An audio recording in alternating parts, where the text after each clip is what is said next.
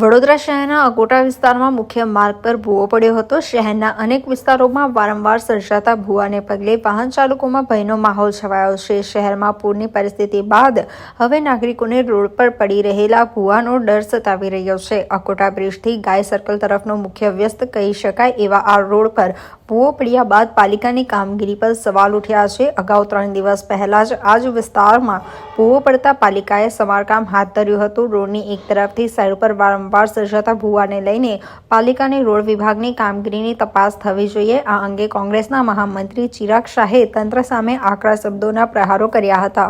Quota 4 રસ્તાથી ગાય circle તરફ જતા આ રસ્તો છે। આને સ્માર્ટ રોડ કહેવામાં આવે છે। સ્માર્ટ સિટીનો સ્માર્ટ રોડ તરીકે આને ઓળખ આપવામાં આવેલી છે।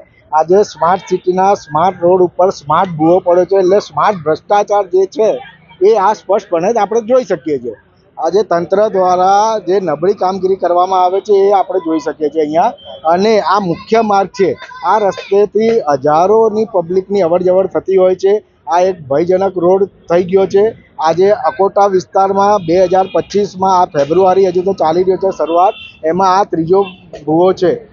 અગાઉ પણ 2 મહાકાય ભૂવા પડ્યા છે અને લોકોને હવે કયા રસ્તેથી અમારે જવું એ વિચારી રહ્યા છે, કારણ કે અકોટા જે રસ્તો અકોટાથી મુજમોડાનો રસ્તો છે એ 2 દિવસ અગાઉ બંધ કરી દેવામાં આવ્યો છે અને હવે આ રસ્તાનો ઉપયોગ ભરપૂર થઈ રહ્યો છે।